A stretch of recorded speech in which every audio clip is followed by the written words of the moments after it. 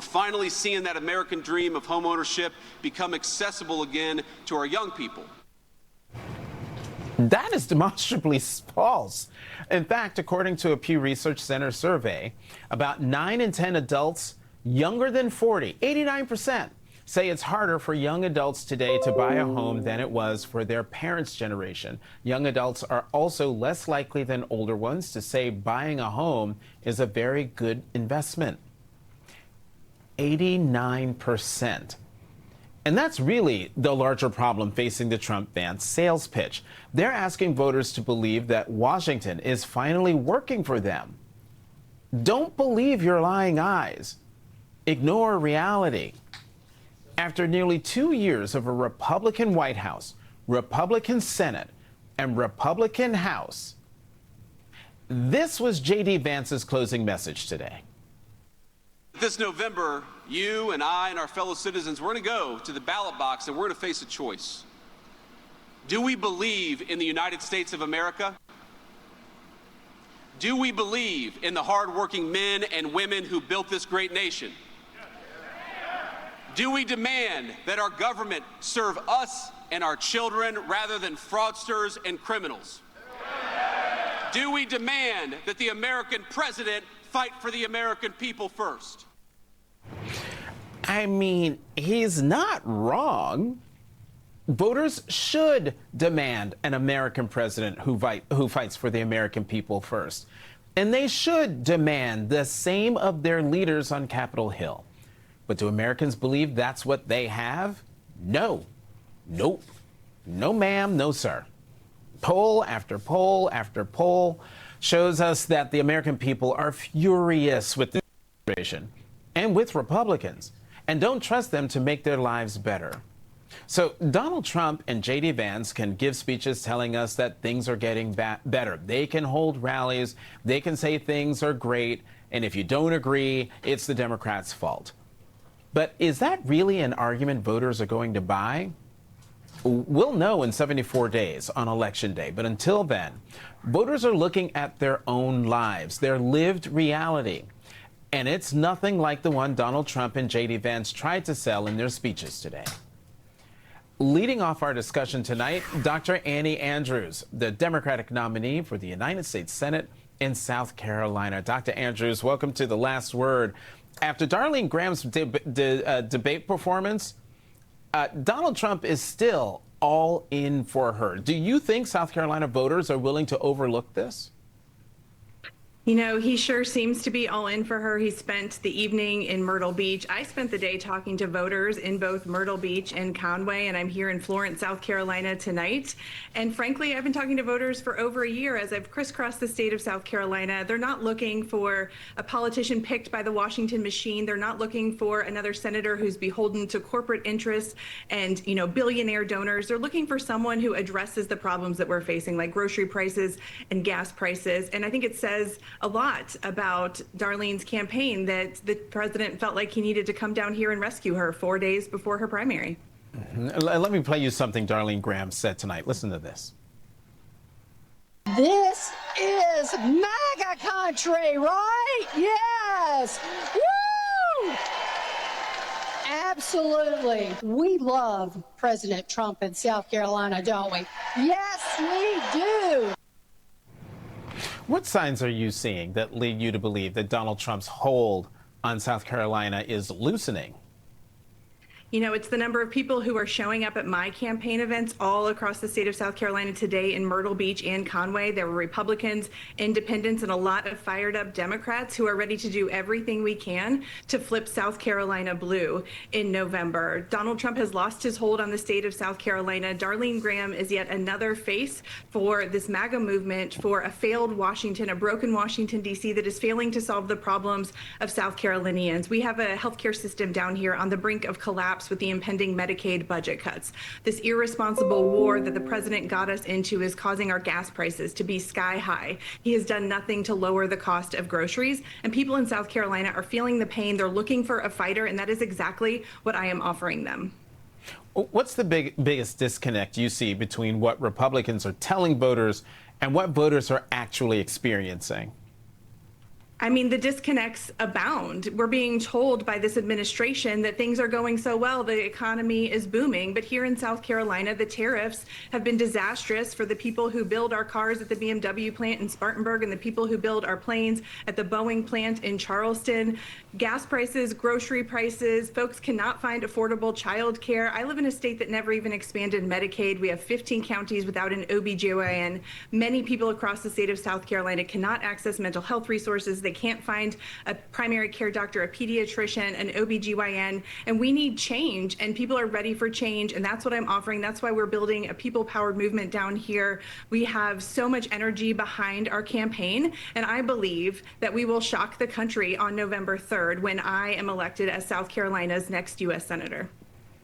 Well, I'm going to keep my eyes on your race, Dr. Annie Andrews, the Democratic nominee for United States Senate from the Palmetto State, South Carolina. Thank you very much for coming to The Last Word. Thank you.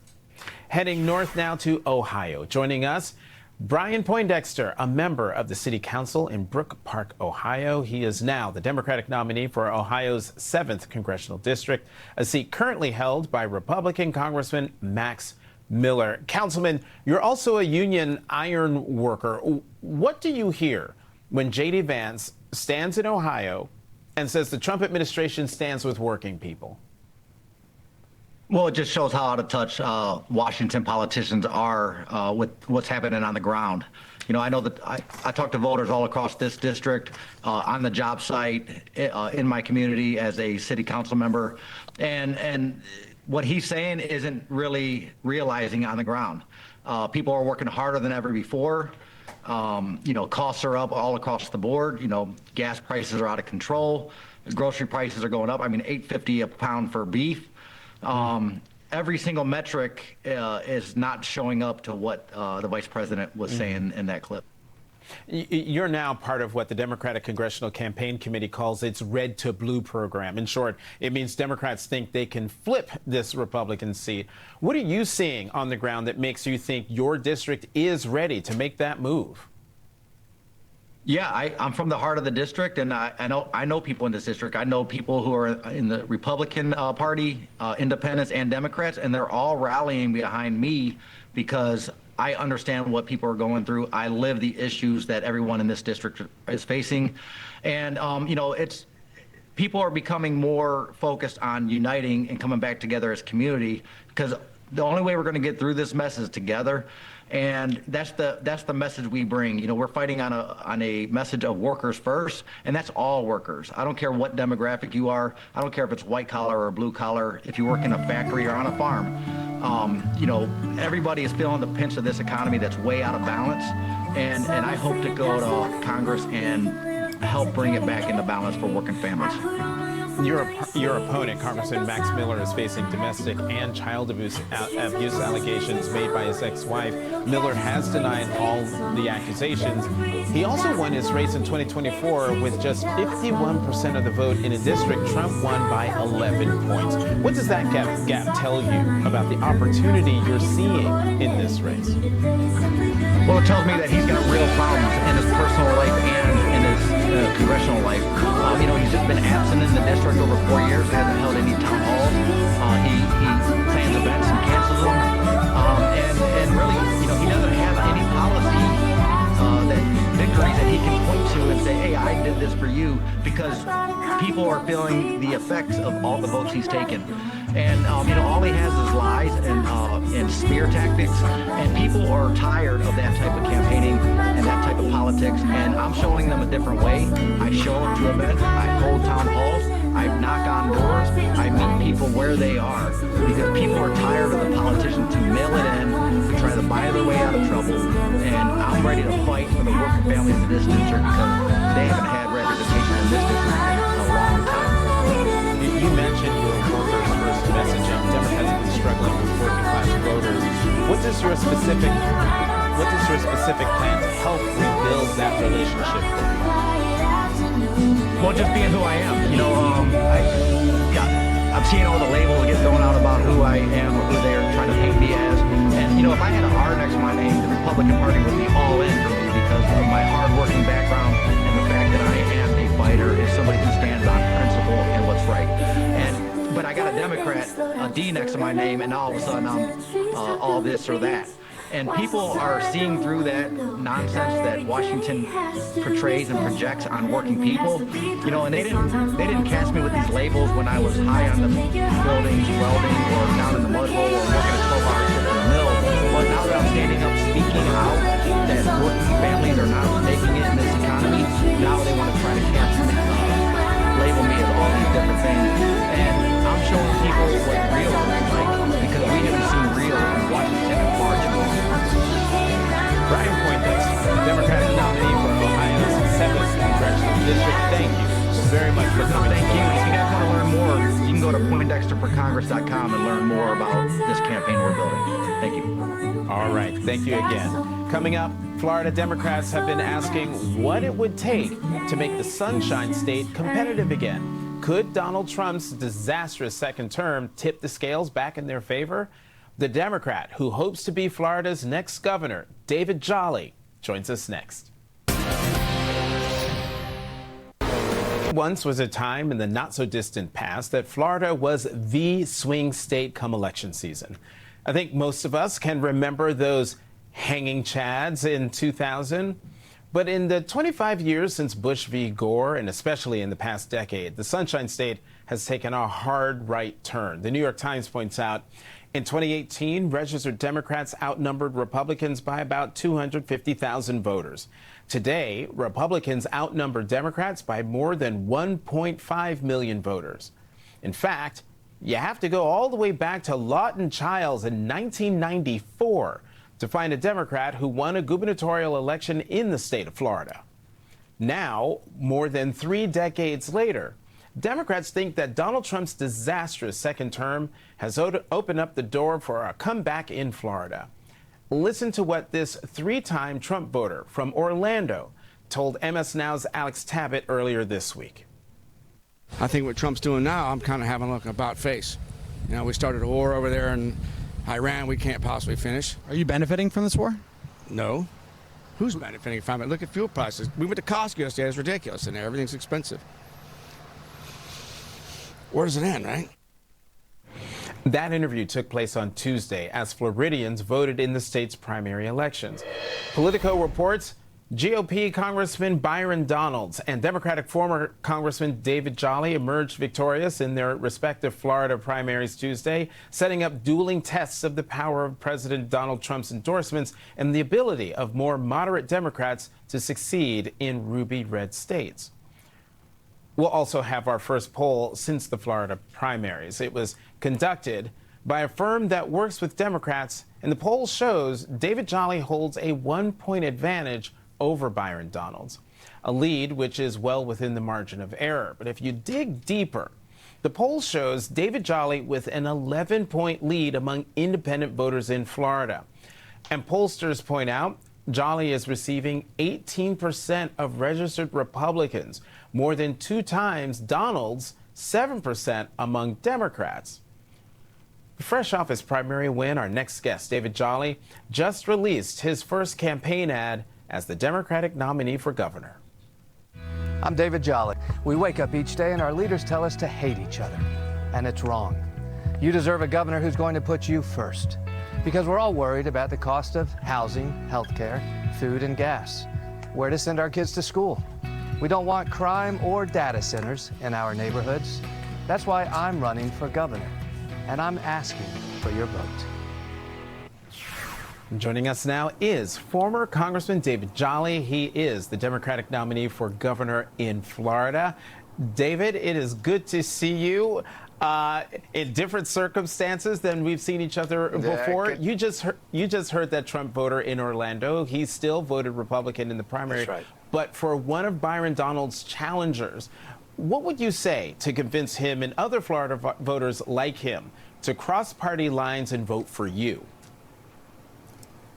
Yeah, Jonathan, importantly, I think voters are telling us they want change. I mean, the reality is in some elections, voters want to stay the course. In some elections, they want change. And even in Florida, we have seen our special election swing by 15 and 20 points. The city of Miami elected a Democratic mayor for the first time in 30 years, and it was 19 points. It wasn't even close. And so the question is, in a change environment, am I capable of leading a coalition bigger than the Democratic Party, but rooted in the values of our party?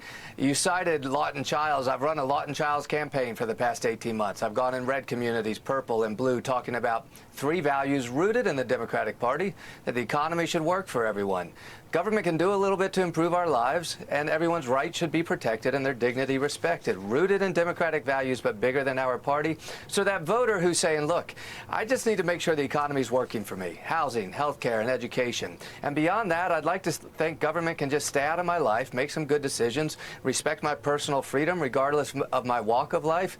That's the coalition. Jonathan, there's a new coalition in American politics tonight, and it's starting right here in Florida.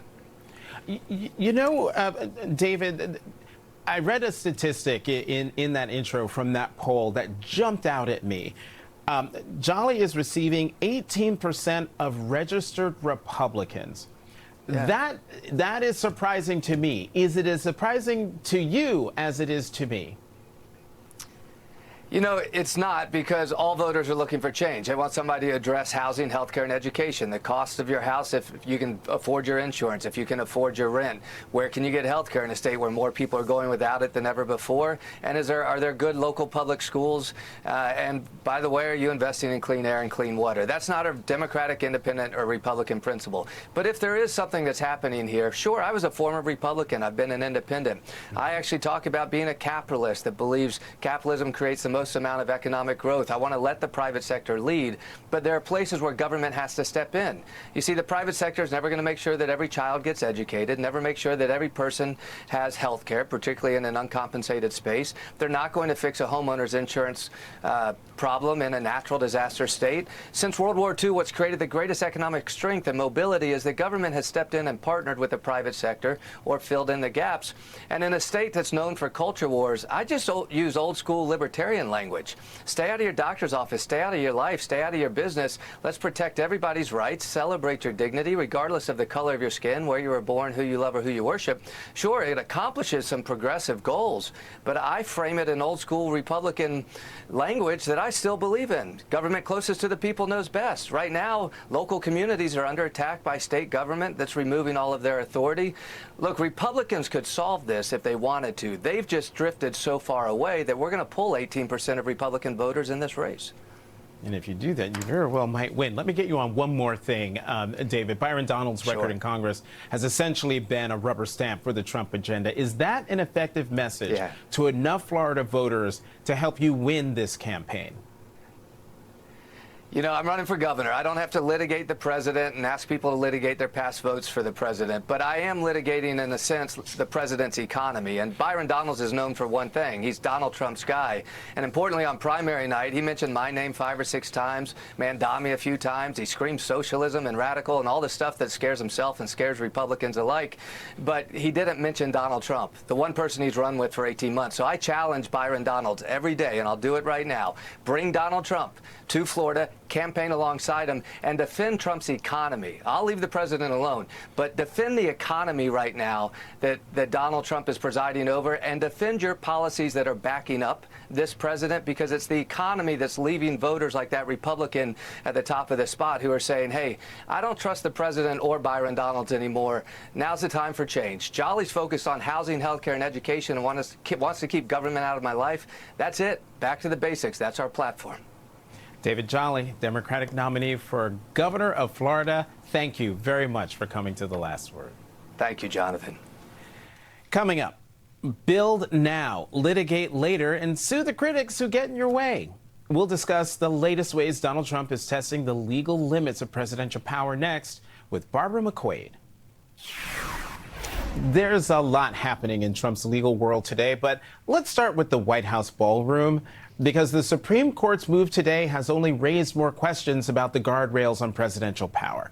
Today, Supreme Court Chief Justice John Roberts gave Donald Trump a temporary green light to keep building his $600 million, 90,000 square foot ballroom at the White House while the justices consider his appeal. So in practical terms, Trump gets what he wants. The construction continues. But remember, Trump has not won this case. A federal judge already said he needs authorization from Congress. The D.C. Circuit also agreed 2-1. But the Supreme Court has put that ruling on hold for now. And that's what makes today's ruling so unusual. The court is effectively saying, keep building, but we'll decide whether you have the legal authority to do it later. And here's the part that shows just how brazen this administration's strategy has become. The Wall Street Journal reports Solicitor General John Sauer told the justices that in any event, it's too late to stop work now because the project is 65% done, moving quickly toward completion and past the point where major changes can be made. Stopping work at this point will be a disaster, Sauer wrote, quoting a sworn statement from the Director for White House Management and Administration. It was already a disaster when the Trump administration began demolishing and building without first getting Congress to authorize the project. And then there's Trump's political retribution. Trump is now threatening the Center for American Progress with a $5 billion defamation lawsuit over a report criticizing the effectiveness of his National Guard deployments onto American cities. $5 billion. $5 billion. It's the kind of number you have to say while doing an impression of Dr. Evil from Austin Powers. $5 billion. Sure, presidents are allowed to sue people who do things. But Trump has increasingly used litigation against media organizations, researchers, universities, and political opponents. In a statement, Center for American Progress President and CEO Neera Tanden wrote, "The Center for American Progress is an independent, nonpartisan research organization, and our work is grounded in rigorous, evidence-based research and analysis. Based on analysis of crime data, our report demonstrated facts about the National Guard deployments that are inconvenient to the Trump administration. Fundamental protection of the First Amendment is to allow the publication of facts and analysis that are contrary to the arguments and claims of any administration. A lawsuit is a transparent attempt to silence us. We will neither cower nor bend in the face of it." Joining us now, Barbara McQuaid, former U.S. attorney and law professor at the University of Michigan Law School.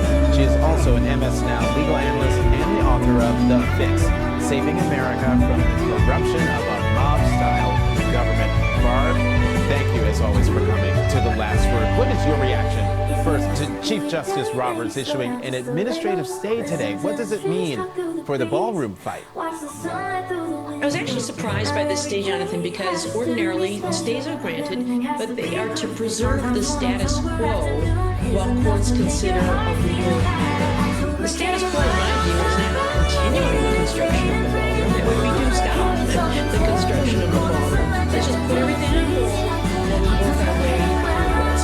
It is a temporary order. It is just put in place until the court will look at it and decide what they want to do with the case. And so I imagine in a matter of days we will see a more thorough order coming from the majority of the justices. But in the end, it seems to me unlikely that this court is going to overturn what happened in the Court of Appeals. This is a textualist court, and the text of the statutes are very clear.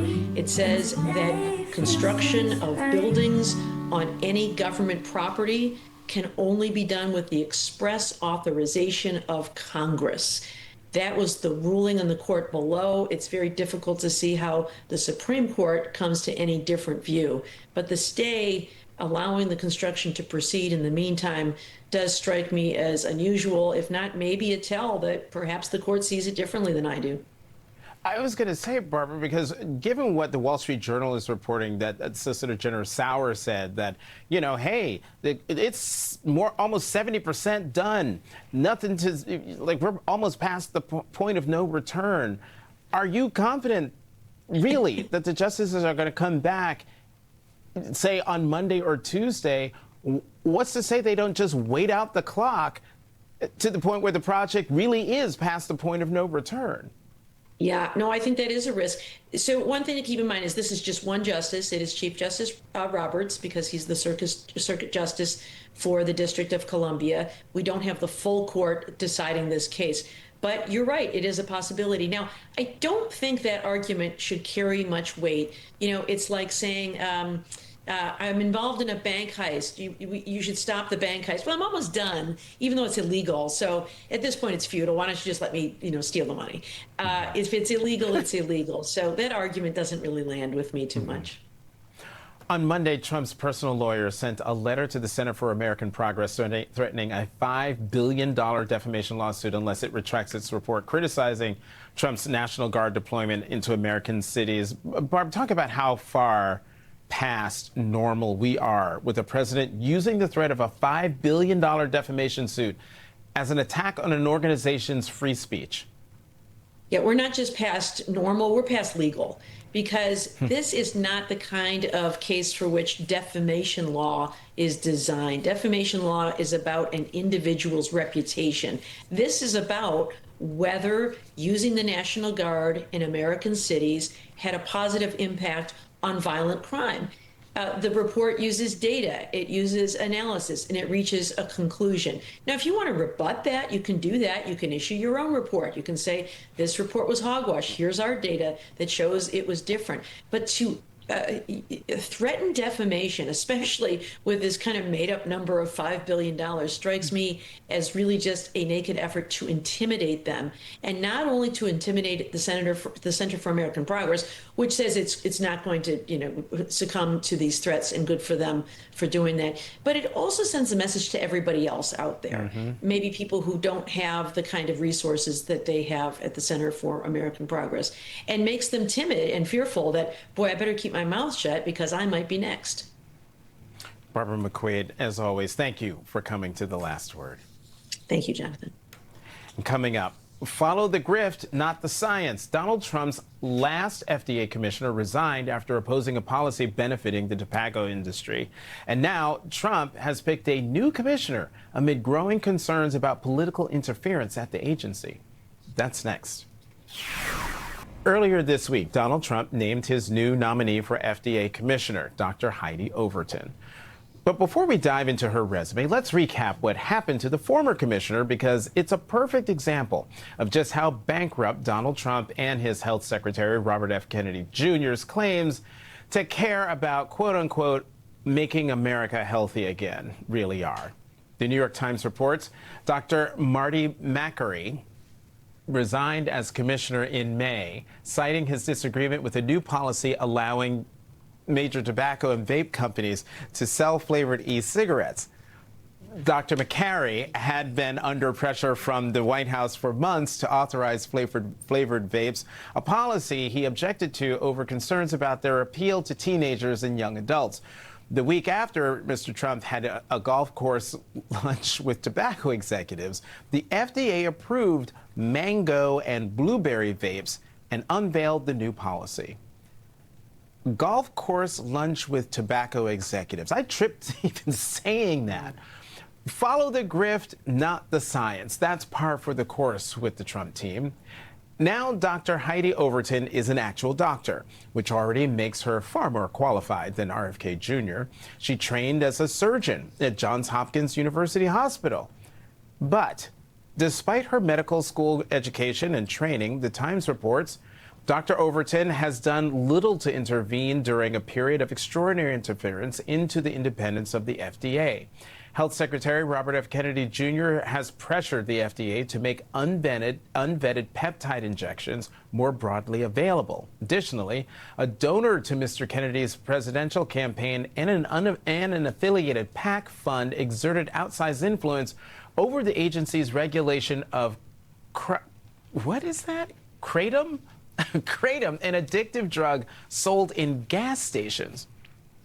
Dr. Overton stood beside Kennedy and Trump as Trump issued a piece of paper about the childhood vaccine schedule and has touted state laws changing, even though Trump doesn't have the power to change state laws on vaccine requirements. And Dr. Overton is an outspoken anti-abortion activist. She wrote this for the America First Policy Institute in 2023, less than a year after the Dobbs decision. I'm quoting here. Federal policymakers have recently expanded access to abortion pills, also called chemical abortions, which are far more dangerous to women, enabling rapid access to abortion. Joining us now, Minnie Timaraju, the president and CEO of Reproductive Freedom for All. Minnie, thank you very much for being here and letting me know I got the right pronunciation of Dr. McCarry's name. But let's talk about Dr. Well, he wasn't there that long, so it's not too terrible that you can't remember. Okay. Well, let's talk about Dr. Overton. Her claims in that MAGA blog that, quote, abortion pills, also called chemical abortions, are far more dangerous to women. What's your response to that? I mean, this is classic anti-abortion extremist propaganda. This is junk science. This is what the anti-abortion movement, the so-called pro-life movement, has been pushing since medication abortion, mifepristone, was authorized over 25 years ago. It is been deemed by this FDA effective, safe. It's been the subject of multiple lawsuits. It's already gone to the Supreme Court once. We know that any other FDA, especially an independently run FDA, would be vigorously defending its independence and the ability of its scientists to make decisions. But an FDA under Heidi Overton would be a disaster for reproductive freedom and reproductive health. Well, I was about to ask you what worries you most about what she could do with regard to federal abortion policy. So just to rewind slightly, there have been multiple cases, and there's a new case working its way through the courts on medication abortion and mifepristone. This one is the state of Louisiana versus the FDA. The FDA under Martin McCary made a commitment, and the court had asked that they release an updated review of the safety of mifepristone. Why? Why is this so important now? Medication abortion constitutes the majority of abortions in this country, mifepristone specifically. Telehealth and telemedicine and medication abortion by mail is really allowing us to bridge a gap for care, particularly post-Dobbs, when we have so many states with bans and extreme restrictions and patients trapped in states like Texas and Louisiana who can't get access to care. Medication abortion also allows folks to get access in the privacy of their own home through self-managed care earlier in their pregnancy and at a lower cost. So these are all good things, right? These were actually COVID-era restrictions that were lifted to make it easier for folks to have access to care for telehealth.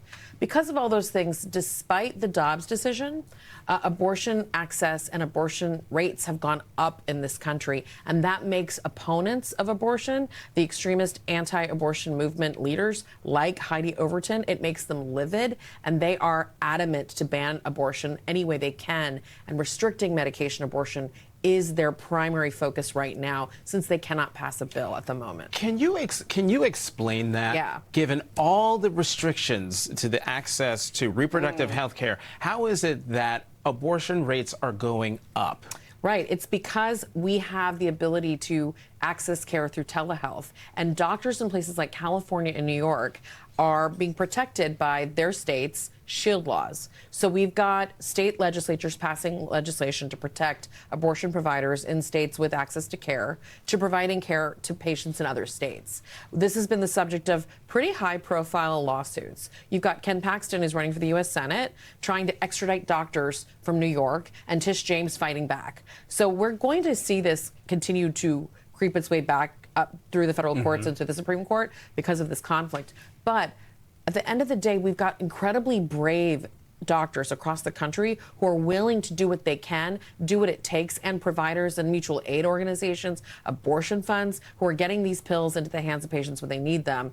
And you can't stop that, right? We are not living in 1973, where if you shut down brick and mortar clinics, folks are going to have back alley abortions. We live in a world now where folks can get safe care through telehealth, and they are demanding it. One more thing. Let's just put up this Pew poll from earlier this year that shows that despite the Dobbs decision, 60% of Americans continue to believe abortion should be legal in almost all cases. That's basically unchanged before Dobbs. And we would actually argue the numbers are higher when you look at places like Kansas and Missouri, purple and red states that have codified a right to abortion when they put it on the ballot, right? That really shows public sentiment is in our direction for abortion rights. It is an election issue. We have released, and we are releasing new ads talking about Todd Blanche's commitment to make Dobbs permanent in all 50 states, talking about Heidi Overton's commitment to use the FDA to ban medication abortion. These are issues that are incredibly unpopular with voters. They want Congress and the Trump administration out of restricting abortion. Banning abortion is one of the #1 negatives for Republicans. So this is, frankly, a really interesting and kind of crazy time for the administration to be appointing somebody like a Heidi Overton. Mini Timiraju, President and CEO of Reproductive Freedom for All. Thank you for coming here to The Last Word on Set. And we'll be right back.